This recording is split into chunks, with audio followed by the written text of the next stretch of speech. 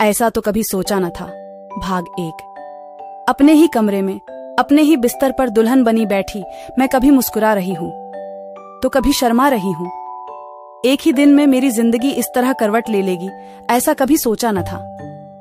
आज सुबह तक जो दुल्हन का जोधा मुझसे पहना भी नहीं जा रहा था, अभी वह मुझ पर कितना खील रहा है।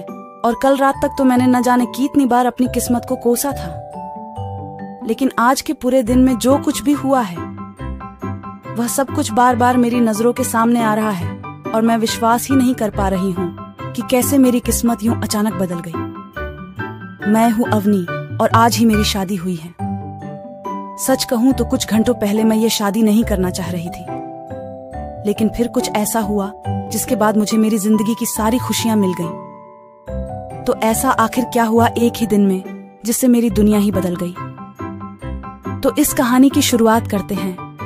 कानपुर के एक बड़े मोहल्ले का एक छोटा सा मेरा घर किसी दुल्हन की तरह जगमगा रहा था। घर की छत से लेकर आंगन दीवारें लाइटिंग की रोशनी से जगमगा रहा था और पूरा घर मेहमानों से भरा पड़ा था। ये सब कुछ मेरे लिए, यानी घर की बंगी बेटी के लिए।